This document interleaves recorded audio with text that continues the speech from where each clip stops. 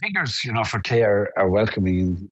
That is sort of in the right direction. But overall, there are more learner drivers. They're not getting ahead of the backlog. They seem to be struggling with a few different aspects of their remit as the Road Safety Authority. To us, it seems the authority is too big or not able to cope with the depth and breadth of what it has to do. And that number of learner drivers are not able to cope with it or schedule for it. When you have a quantum of business or work out in front of you, you should be able to face the challenge and have the flexibility within your systems to cope, because it's a large number. They should be reducing. They aren't. Why? They're not able. Is it too centralised, do you think, Eugene? I think there is a variety of reasons, like there is to anything when you have a major problem, and a number of them lie within. Whatever it is, whatever the rotas or the rationale or the protocols they work to, but it's within the RSA itself that this is so stubborn, this figure is so stubborn to move, and outside of that then perhaps too centralised, yes. You say that Clare is on the right track, and indeed in Clare we have seen a reduction in the number of learner permit holders in the last year, down 128 since March 2025. What would you put that down to? I know it's difficult to get a clear view of the systems in place, but does it appear at least that Clare is doing something right?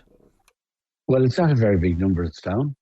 It's a great help. It may be somewhat less of people applying, or it may be just that we had the number of testers to deal with the situation here in Clare at one time, and they got through a certain quantum. It could change very quickly in the next 3 months or whatever, because the figures for the end of the month and it changes. Figures can bounce a little bit around like that. But overall, it is time that the grass, the nettle, got more flexible, worked more hours, whatever it takes. But you must get over this. The numbers are there. The quantum of work is out in front of them. Perhaps they need to use AI a bit more. It's the new buzzword, isn't it? I don't know, but it should, it should be identified and it should be dealt with. There's a lot of very big sums of money go into the RSA, so they should deal or set up to deal with this type of problems and these issues that arise, and don't seem to be getting ahead with it. What types of issues arise from having such a high volume of motorists on learner permits on the roads? Well, I suppose the big ones, if it was heavily enforced, you would have a big knock-on effect to society. If the guards stepped in and you hadn't done your test in time, or you hadn't got your test, or you still have to have a fully learner driver beside you, or whatever is the criteria, the full criteria, that would certainly hurt people an awful lot. Directly, the individuals and families a lot.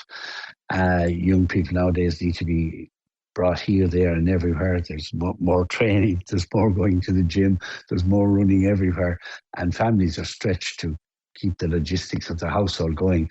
And if that was curtailed in any way, it would cause a lot of problem to people.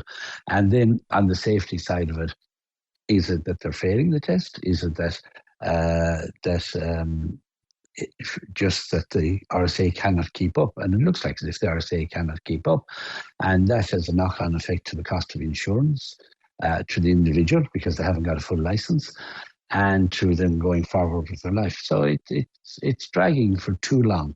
I have to say the younger people on the road are good drivers for the most part. They're learned well, they try to adhere to the rules well. I admire them a lot of days. So it rests with the RSA to try and get this logjam out of the way and help people on their way of life.